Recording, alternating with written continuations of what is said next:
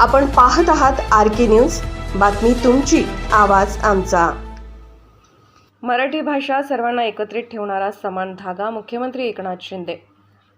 मराठी भाषा आपली संस्कृती, परंपरा आणि इतिहास आहे। मराठी माणसाची धडाडी, संघर्ष सर्वांना ठाऊक आहे।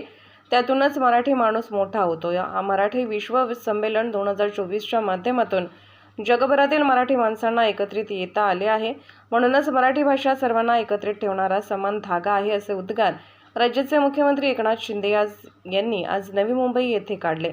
यावेळी मराठी भाषा, शालेय शिक्षण तथा मुंबई शहर पालकमंत्री दीपक केसरकर, ग्रामविकास व पंचायत राज मंत्री गिरीश महाजन, आमदार मंदा म्हात्रे, मराठी भाषा विकासाच्या विभागाच्या अप्पर मुख्य सचिव श्रीमती मनीषा पाटणकर म्हैसकर, ठाणे जिल्हाधिकारी अशोक शिणगारे, नवी मुंबई महानगरपालिका आयुक्त राजेश नार्वेकर, अखिल भारतीय मराठी साहित्य संमेलनाचे नियोजित अध्यक्ष डॉक्टर रवींद्र शोभणे, भाषा सल्लागार समितीचे अध्यक्ष लक्ष्मीकांत देशमुख, उषा तांबे, मराठी भाषा विभागाचे उपसचिव हर्षवर्धन जाधव, डॉक्टर श्यामकांत देवरे, मुख्यमंत्र्यांनी मराठी भाषा विभागाचे मनपूर्वक अभिनंदन केले व ते म्हणाले, मराठी भाषा आपल्यासाठी अभिमानाची बाब आहे।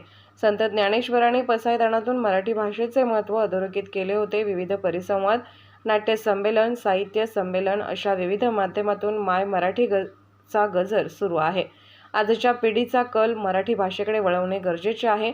मात्र यासाठी मराठी भाषेच्या लेखकांनी आजच्या पिढीची भाषा ओळखून त्याप्रमाणे साहित्य निर्मिती करायला हवी। त्यातून त्यांच्या मनात मराठी भाषेसाठी आपुलकी निर्माण होईल, असेही ते म्हणाले।